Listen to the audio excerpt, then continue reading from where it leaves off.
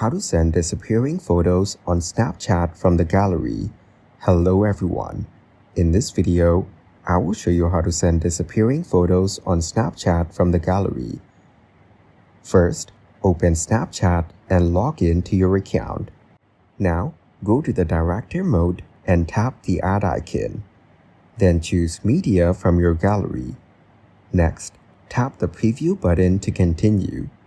After that, hit the Send To button and select your friends. Once you send it, they will view it only once. It will disappear after viewing.